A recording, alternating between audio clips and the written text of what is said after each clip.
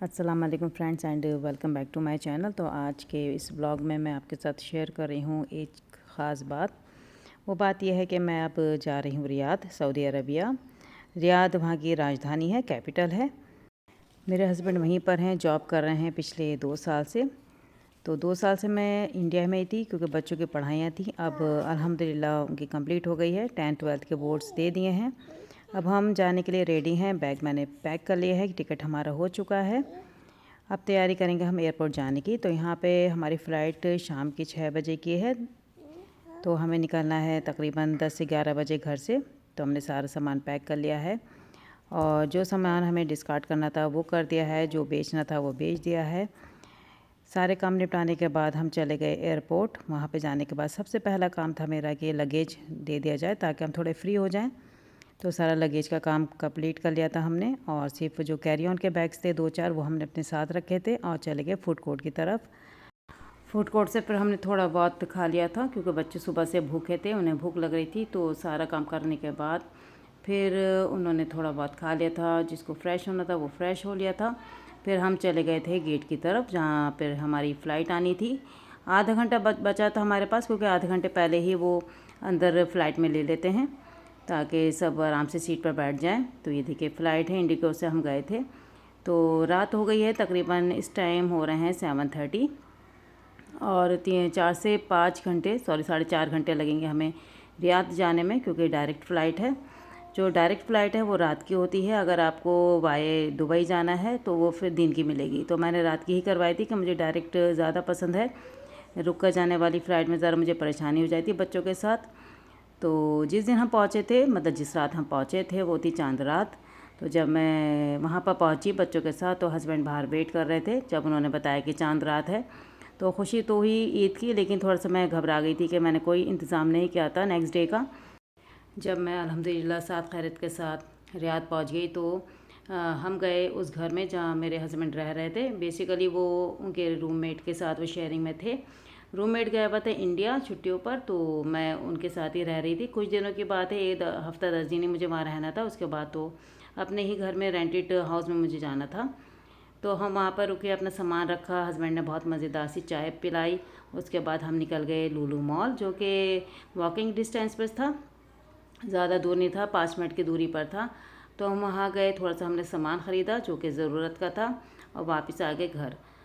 और घर आके फिर हमने गपशप की, बातें शातें की। तो बातें करने में अब लग गए 1-2 घंटे। फिर हम 2 बजे सोए रात को और फिर नेक्स्ट डे ईद की तैयारी भी करनी थी। तो मैंने प्रेस वगैरह कर दी थी बच्चों के कपड़ों पे, हस्बैंड के भी कपड़ों पे कर दी थी ताकि वो नमाज़ पढ़ लें सुबह।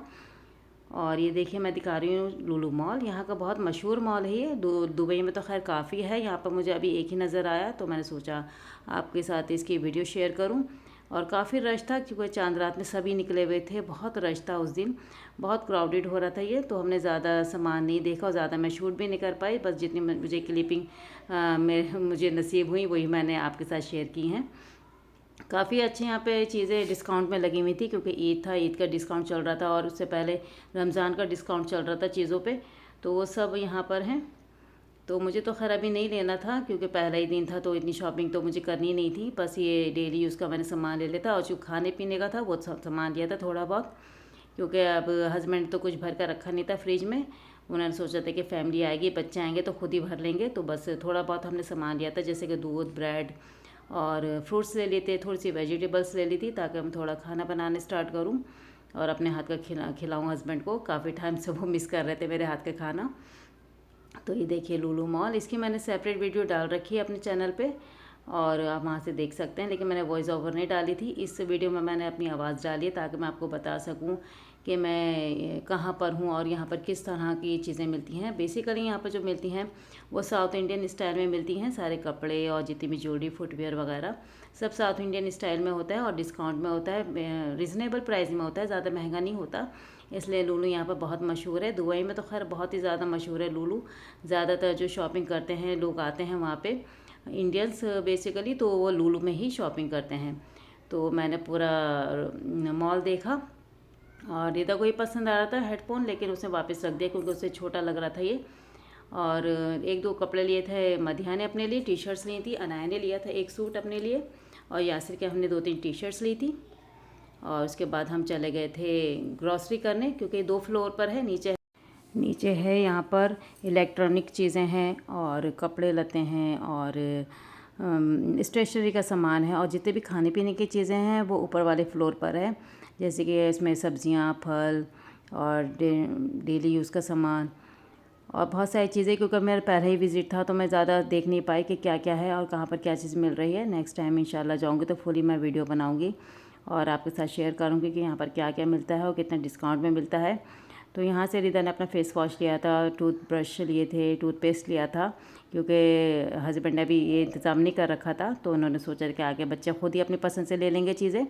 और यहाँ पे देखिए कितने अच्छे अच्छे टॉयज़ मिल रहे हैं। तो मैंने थोड़ी सी क्लिपिंग ले ली थी टॉयज़ की। यासिर का तो हर चीज़ पे दिल आ रहा था, हर चीज़ उठा उठा के देख रहा था, लेकिन अभी मैंने कुछ भी नहीं ख़रीदा, क्योंकि यहाँ पर रेंटेड हाउस में जब मैं जाऊँगी अपने ख़ुद के हाउस में तो तब मैं लेना ज़्यादा बेहतर होगा, ना कि इस घर में जहाँ पर मैं अभी टेम्प्रेरी रह रही हूँ। तो अभी मैंने सब चीज़ें, मैंने बच्चों से भी मना कर दिया था कि अभी कुछ ना ख़रीदें, जब अपने घर में जाएंगे तो बेशक तब आप ख़रीद सकते हो, लेकिन अभी कुछ ना ख़रीदो, ज़रा कंट्रोल करो अपनी ख्वाहिशों पर। तो बच्चे भी समझ गए थे, तो ज़्यादा कुछ नहीं ले रहे थे, बस बेसिक चीज़ें ली उन्होंने और आ गए। और घर पहुंच के हमें तकरीबन सोते सोते 2 से 3 बज गए थे। नेक्स्ट डे हमें उठना था 5 से 6 बजे, क्योंकि यहाँ पे फजर में ईद की नमाज़ हो जाती है। तो बस हमारा ये था रूटीन। और ये देखिए गेम जोन भी है थोड़ा सा लूलू में, तो मैंने सोचा कि इसकी भी थोड़ी सी क्लिपिंग ले ली जाए। अभी हम अंदर नहीं गए थे, बस जस्ट हमने ऐसे देखा ही था कि कौन कौन से यहाँ पर गेम्स हैं, ताकि नेक्स्ट टाइम आए तो इसका कार्ड ख़रीद कर बच्चों को खिलाएं। तो अभी जस्ट हम देख ही रहे थे, क्योंकि उसी दिन हम रात को आए थे, इतने थके हुए थे कि दिल भी नहीं कर रहा था देखने का। बस जस्ट हम मुझे तो इतनी नींद आ रही थी कि बस आंखें बंद हुई जा रही थी मेरी, क्योंकि थकान इतनी थी, रमज़ानों की थकान थी। उसके बाद पूरे दिन हमने सफ़र किया। मुरादाबाद से जब निकले थे तो सुबह 10 बजे निकले थे, उससे पहले भी मैं सुबह की उठी हुई थी 6 बजे की। तो पूरा दिन और आधी रात पूरी थकान से भरी हुई थी। तो मेरा तो दिल भी नहीं कर रहा था कि बाहर निकलूं, लेकिन हस्बैंड ने इंसिस्ट किया कि चलो देख लेते हैं, लूलू मॉल चलते हैं, बच्चे खुश हो जाएंगे। तो मैं भी साथ में चली गई थी, अदरवाइज़ बिल्कुल भी दिल नहीं कर रहा था मेरा जाने का। तो यहाँ पर भी बच्चे बेदिली से देख रहे थे, क्योंकि इतना थक गए थे ये कि इनको रेस्ट करने की ज़रूरत थी। तो बस से हम थोड़ा सा टहल कर फिर आ गए थे घर, और फिर घर आके बच्चे सो गए थे, थक गए थे बहुत ज़्यादा, और मैं भी सो गई थी। तो बस ये था मेरा आज का व्लॉग, मुरादाबाद से लेकर रियाद तक का सफ़र। और चांद रात की रात हमने क्या किया वो मैंने आपको इस ब्लॉग में शेयर किया है। अगर आपको ये ब्लॉग अच्छा लगे और आप इस तरह के भी ब्लॉग्स रियाद से रिलेटेड देखना चाहते हैं तो कमेंट करके मुझे ज़रूर बताइएगा। और मिलती हूँ आपसे नेक्स्ट टाइम। अल्लाह हाफिज़।